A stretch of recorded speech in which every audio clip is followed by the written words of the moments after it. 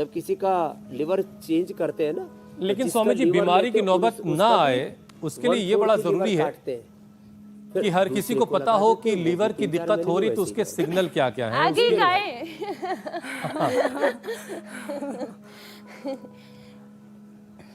अच्छा स्वामी जी देखिए, मैं ये कह रहा था कि ज्यादातर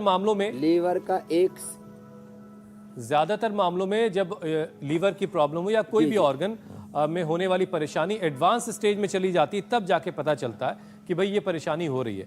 तो लीवर में कोई दिक्कत हो रही है, उसके कुछ सिग्नल होंगे, क्या लक्षण है, जरा वो समझाइए। 2-3 लक्षण बताता हूं।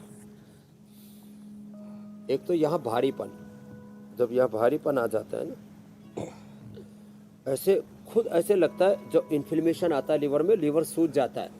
जो 1.5 किलो का लीवर है, 1 किलो 400 ग्राम का तो हमारा दिमाग होता है, उसको तो फैट चाहिए। दिमाग बनता है हेल्दी फैट से, नेचुरल फैट से, अनसैचुरेटेड फैट से। और ये जो ज़्यादा फैट का इंटेक हो जाता है तो 1.5 किलो का लीवर, इस पर फैट की लेयर जम जाती है, तो फिर वो बाद में लीवर में सूजन आ जाती है। तो जब यहाँ पर ऐसा सूजा सूजा सा प्रतीत हो, भारीपन लगेगा। अब जैसे हमारे जैसे लोग तो देख भी सकते हैं ऐसे करके। अब जो मोटे मोटे हैं उनका तो पता ही नहीं रहता कहाँ क्या चीज है, लीवर भी खो गया, किडनी भी खो गई। हम तो अपने लीवर पर हाथ धर देते, देखो ये लीवर, इधर ये किडनी है, हम छू के देख लेते हैं अपनी किडनी को ऊपर से ही, ये हमारी नाभि है। अब लोगों का तो यहाँ स्प्लीन है, स्प्लीन बढ़ती है, लीवर बढ़ता है। एक तो ये लक्षण। दूसरा, भूख कम लगने लगे। तीसरा, गैस कब्ज एसिडिटी बनने लगे। चौथा, जब ये फैटी लिवर ज़्यादा हो जाता है ना तो हीमोग्लोबिन भी कम हो जाता है। फिर डलनेस महसूस होती है, डलनेस। फिर ज़्यादा ही गड़बड़ हो जाता है तो आंखों में पीलापन भी आ जाता है। फिर एसजीओटी, एसजीपीटी, बिलिरुबिन, ये तो टेस्ट से पता लगते हैं, वो भी पता लग जाता है। और फिर एक्सरे, देखो एक्सरे में, एमआरआई, सीटी स्कैन में, उसमें रेडिएशन मिलता है, वो तो खतरनाक, बार बार कराने से कैंसर और दूसरे रोगों का खतरा होता है। अल्ट्रासाउंड पूरी तरह से सेफ है। अभी तक अल्ट्रासाउंड का कोई भी ऐसा बैड एडवर्स इफेक्ट पता नहीं लगा है कि, तो अरे जाकर के अल्ट्रासाउंड करा लो एक बार। सबको एक बार अल्ट्रासाउंड करा के देख लेना चाहिए, उससे पता लग जाता है फैटी लिवर है कि नहीं। तो बाकी जब आपको कड़ाके की भूख लगे, भूख के बाद आप खा लें और खाने के बाद टॉयलेट अच्छे से चले जाए, ना दस्त हो ना कब्ज हो, तो समझ लेना आप एकदम परफेक्ट हैं। जब पाचन तंत्र गड़बड़ हो रहा है, डाइजेशन गड़बड़ है, पाचन गड़बड़ है, तो फैटी लिवर है। और समाधान बिल्कुल सिंपल है, कपालभाति कर लो।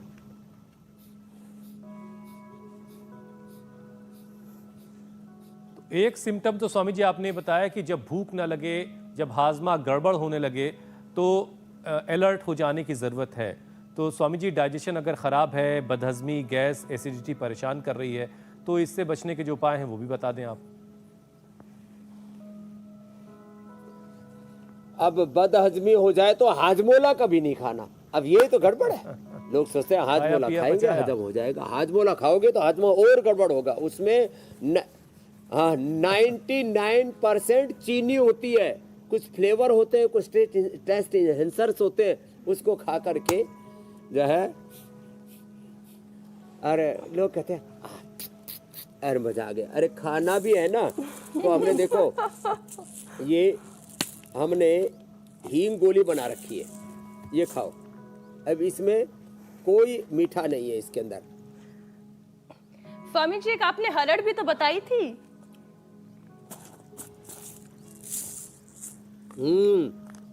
ये हरड़ है, ये वाली, ये हरड़ है, ये एक मुंह में डाल लो। हो मैं ये तो नहीं कहूंगा लक्कड़ पत्थर हजम, धीरे धीरे चूसते रहो।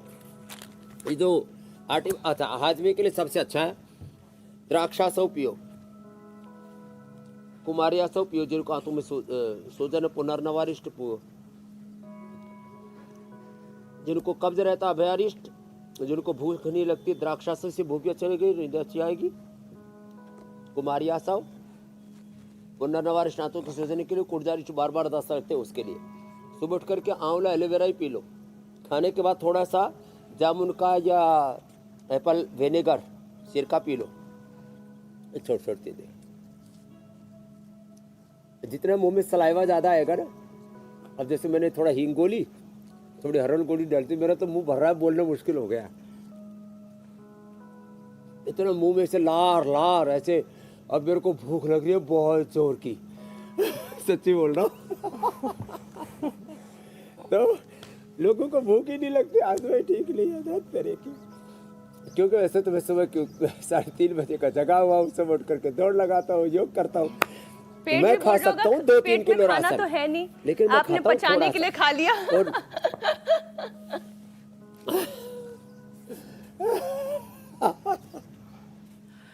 अच्छा स्वामी जी, साफ सफाई, ये अग्निसार, ये और भूख को लगाती है। साफ सफाई, सही पानी लीवर को हेल्दी रखने के लिए बहुत जरूरी है, नहीं तो 24 घंटे के अंदर लीवर फेल भी हो सकता है। लेकिन इसके बाद भी लोग इस बात का ख्याल नहीं रखते। तो एक बार फिर से आप योग के साथ साथ इस बारे में भी दर्शकों को बताइए कि साफ पानी पीना और अपने आसपास साफ सफाई रखना कितना जरूरी है। हाँ, साफ सफाई, स्वच्छता।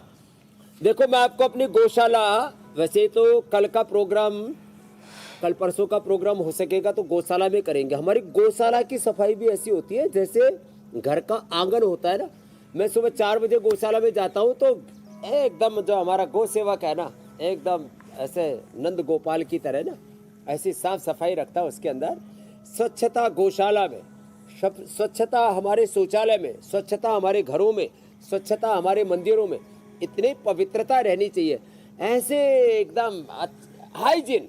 नहीं तो बैक्टीरिया, वायरस, फंगस, फिर कहते हैं हमारे घर में शनि, केतु, राहु, भूत, प्रेत, डाकनी, पिशाचिनी, वास्तु दोष, काल सर्प दोष। अगर जब गंदगी होगी, जहाँ कचरा होगा वहाँ खतरा होगा। कुछ लोग दिवाली पर तो सफाई कर लेते, फिर घरों में कचरा भरते रहते हैं। तो अपने घर, आंगन, किचन, बाथरूम, आड़ कबाड़ सब इकट्ठा करके रखते हैं।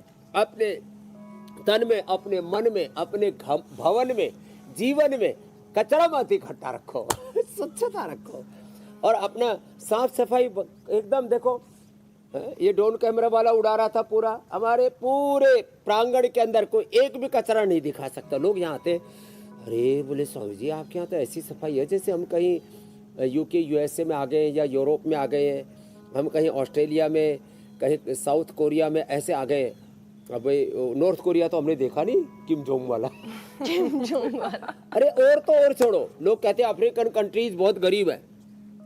मैंने अफ्रीकन कंट्रीज में भी देखा, वहाँ भी काफ़ी लोग साफ सुथरे रहते हैं। 1-2 को छोड़ दो, कुछ जगहों को, वहाँ पर भी काफ़ी साफ सुथरे रहते हैं। मैं करीब एक बार 4 महीने मैंने कैंप किए उधर पूरे अफ्रीकन कंट्रीज में। मैंने एक भी आदमी को सड़क के ऊपर बगल में खड़े होकर के सड़क के किनारे पर कहीं पर लघु शंका करते हुए, मूतते हुए नहीं देखा, टॉयलेट करते हुए नहीं देखा।